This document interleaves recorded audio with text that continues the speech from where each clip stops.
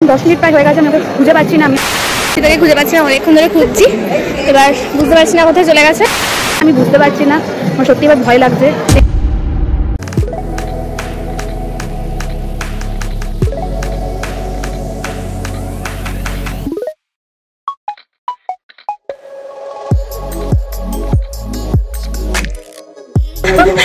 হ্যাঁ, welcome back to our channel Prestige. তো আজ আমরা কোথায় যাচ্ছি? আমরা মায়াপুরে যাচ্ছি। এখন আমরা জাগো স্টেশনে আছি, এখান থেকে আমরা ট্রেন ধরবো, তারপর আমরা যাবো মায়াপুর। অনেকদিন পর আমাদের একসাথে ট্রিপে যাচ্ছি, অনেক ফান হবে, দেখতে থাকো ব্লগটা। তো চাকদা থেকে ট্রেন ধরে চলে এসেছিলাম কৃষ্ণনগর। এবার কিন্তু আমরা অটো ধরবো এখান থেকে। মায়াপুর যাচ্ছি, অটোতে বসলাম, মায়াপুরের উদ্দেশ্যে রওনা হচ্ছে। পরে ভাড়াটা ডেসক্রিপশন বক্সে লিখে দেবো, ঠিক আছে? আমরা চলেছিলাম মায়াপুরের উদ্দেশ্যে। অটোতে কিন্তু নিয়েছিল 30 টাকা করে মাথা পিছু। অটো থেকে নেমে গেছি, এখন আমরা যাচ্ছি ঘাটে, নবদ্বীপ ঘাট।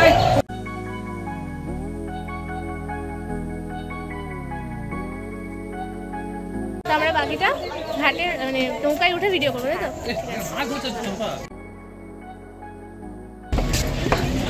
আমরা এখন জলঙ্গি নদী যাচ্ছি, আমাদের নিয়ে চলে যাবে, ওই জন্য আমরা রাতেই হাঁটছি।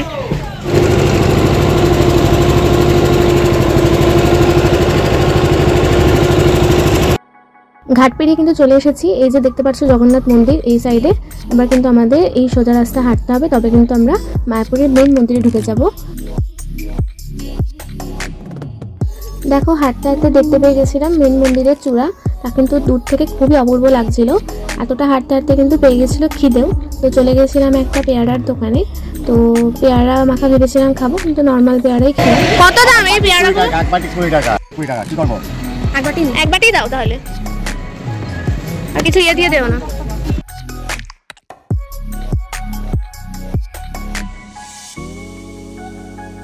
একটুখানি খেয়ে নি।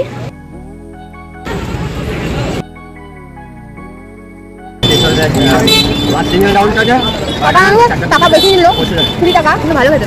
ঠিক আছে, আমরা মাখা টাকা খাইনি, নর্মাল দিয়েছে, তাই 20 টাকা মন্দিরে ঢুকে কথা হচ্ছে।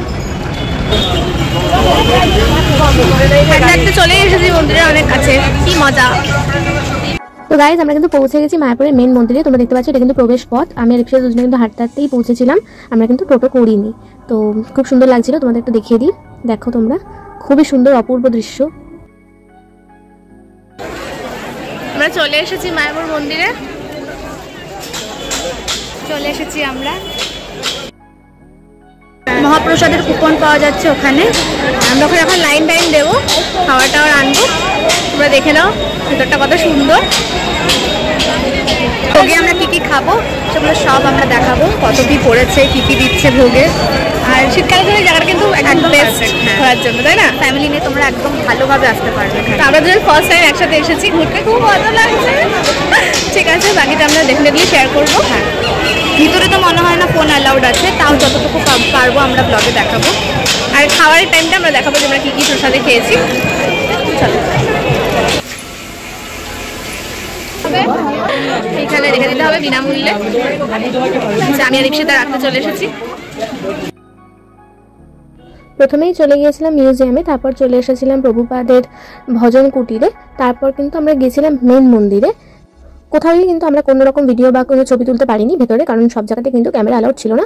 ফোন আর জুতো কিন্তু আমাদের জমা করে ঢুকতে হয়েছিল।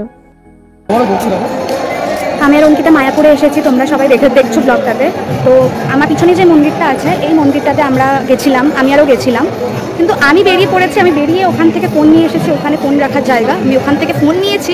তারপরে আমি অঙ্কিতাকে ফোন করছি, কিন্তু ওর ফোন লাগছে না, ও কোথায় চলে গেছে আমি খুঁজেই পাচ্ছি না। আমার এখন 10 মিনিট প্রায় হয়ে গেছে, আমি ওকে খুঁজে পাচ্ছি না। আমি ওকে কল করেছি, ওর ফোন লাগছে না, কারণ আমরা যখন ফোন জমা দিয়েছিলাম আমরা সাইলেন্ট করে ফোনটা জমা দিয়েছিলাম। ও সাইলেন্টটা খুলেছে কিনা আমি বুঝতে পারছি না, আমার সত্যি এবার ভয় লাগছে। দেখি আমি আরও 5-6 ফোন করি তার সঙ্গে। আমি হাসছি, কিন্তু আমার সত্যি লিটারেলি ভয় লাগছে যে কোথায় চলে গেল, কারণ এখানে আমরা এসেছি, আমরা কাউকে চিনি না। আমি ফার্স্ট টাইম বুঝতে পারছি না ও কোথায় চলে গেল। দেখছি, ওকে খুঁজে পেলে তোমাদের নিশ্চয়ই জানাবো। তোমার একটু পে করে যেতে আমাকে। এছাড়া অনেকটা এই মন্দিরটায় গেছিলাম, মেন মন্দিরটা যেটা আর কি ঠাকুরের, সেখান থেকে বেরিয়ে আমি রিক্সাটাকে খুঁজে পাচ্ছি না, অনেকক্ষণ ধরে খুঁজছি। এবার বুঝতে পারছি না কোথায় চলে গেছে। ওই যে ওকে পাওয়া গেছে, ওই যে ফাইনালি ওকে পেয়েছি। তোমরা দেখতে পাচ্ছ এখানে কতটা ভিড়। আমি এখনো অঙ্কিতাকে খুঁজে পাচ্ছি। ওই তো অঙ্কিতা, অঙ্কিতা কোথায় চলে গেছিলি? আমি তো খুঁজেই পেলাম না তোকে। গেছি অঙ্কিতাকে, তুই কোথায় চলে গেছিলি? আরে ওই পাশ দিয়ে বেরিয়ে এই পাশে চলে গেছিলাম, তারপরে আলাদা হয়ে গেছিল। আমি সত্যি ভয় পেয়ে গেছিলাম, ফাইনালি তোকে পেয়ে গেছি। এখন আমরা ভোগ খেতে যাচ্ছি। আগে দেখে দিই যে আমরা এখানটা খেতে এসেছি, আমরা খাবো। আমরা কিন্তু যাচ্ছিলাম গদা ভবনের দিকে, যেখানে আমাদের লাইন দিয়ে খেতে হবে। আর তুমি দেখতে পাচ্ছ এই যে আমি লাইন দিয়েছি, আমরা ঘুরে যাচ্ছিলাম অনেকক্ষণ ধরে লাইনে। তো অনেকটা বড় লাইন ছিল, আর ভিতরে ঢুকেও কিন্তু অনেকটা লাইনে দাঁড়িয়ে থাকতে হয়েছে। তাতে কি হয়েছে, প্রসাদের জন্য তো লাইন দাঁড়িয়ে থাকাটা কোনো ব্যাপারই না। তো তারপর আমরা যথারীতি প্রসাদ নিয়ে বসে পড়লাম। এরা সবাই প্রসাদ দিচ্ছি, আমরা একটা বসে পড়েছি। চল স্টার্ট করে খাওয়া। তো খাবারের মধ্যে দেওয়া হয়েছিল প্রথমে ভাত, তারপর দিয়েছিল ডাল, তারপর দিয়েছিল এক রকমের তরকারি সব রকমের সবজি দিয়ে, তারপরে ছিল আলু মটর, আর দিয়েছিল একটা রুটি আর একটা বেগুনি, আর তার সাথে ছিল পায়েস। পায়েসটা কিন্তু অপূর্ব ছিল, প্রথমেই পায়েসের প্রশংসা করছি। আর তারপরে ডাল ভাত তো অমৃত লেগেছে খেতে, প্রত্যেকটা রান্নাই খুব ভালো ছিল, প্রসাদ মানে অপূর্ব ছিল। আমরা তো খুবই তৃপ্তি করে খেয়েছি। তারপর আমরা থালা ফেলতে গিয়েছিলাম, থালাটা ফেলে দিলাম, দিয়ে হাত ধুয়ে নিয়ে আমরা কিন্তু গোশালার পথে গিয়েছিলাম।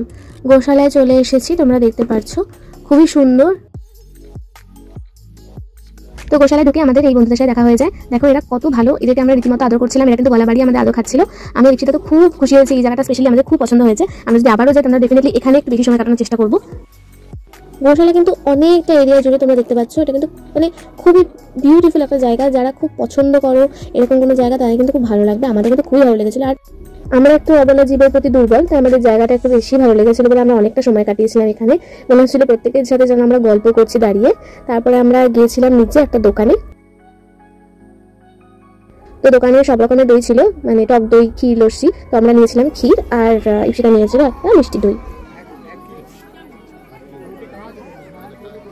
এখন খাচ্ছি, আমি খাচ্ছি ক্ষীর, আপনি খাচ্ছি মিষ্টি দই। খুবই ভালো খেতে খাচ্ছি ক্ষীরটা, আমি একবার টেস্ট করে নিয়েছি অলরেডি, খুব ভালো লাগে। তো তারপরে চলে এসেছিলাম এখানে। এই জায়গাটাতে সবাই কিন্তু বসে নিজেদের মতো খেতে পারে। এখানে স্পেশাল থালি পাওয়া যাচ্ছিল, সাইডে সবাই চেয়ার টেবিলে খাচ্ছিল, তোমরা দেখো। তো আমরা এখানে খাইনি, আমরা 80 টাকার কুপন নিয়ে গদা ভবনে খেয়েছিলাম, যেটা তোমাদের আমরা দেখিয়ে এসেছি। তো এখানে কিন্তু সবকিছু ছিল এগলেস এবং সম্পূর্ণভাবে নিরামিষ। তোমরা দেখতে পাচ্ছ অনেক টাইপের আইটেম ছিল, পাস্তা, কাপকেকস, অনেক কিছু। তো কুকিজও ছিল অনেক রকমের, ওটস কুকিজও ছিল। তো এক প্রকার তাড়াহুড়ো করেই বাড়ি ফিরলাম তারপরে, কারণ ট্রেন পেতাম না, নয়তো আমাদের বাড়িটা অনেকটা দূরে। আর বিকেল হয়ে গিয়েছিল, তো আমরা ঘাট পেরিয়ে গিয়ে তাড়াতাড়ি করে ট্রেনে উঠে পড়েছিলাম। সেটা আর ভিডিও করা হয়নি, কারণ আমরা অনেকটা লেট হয়ে গেছিলাম। যাই হোক, এভাবেই কাটলো আজকের দিনটা। ভিডিওটি ভালো লেগে থাকলে লাইক, শেয়ার, সাবস্ক্রাইব করে দিও, আর কমেন্টে জানিয়ে তোমাদের ভিডিওটা কেমন লাগলো। তাহলে আজকে এখানেই ব্লগটা এন্ড করছি। Tata, bye bye.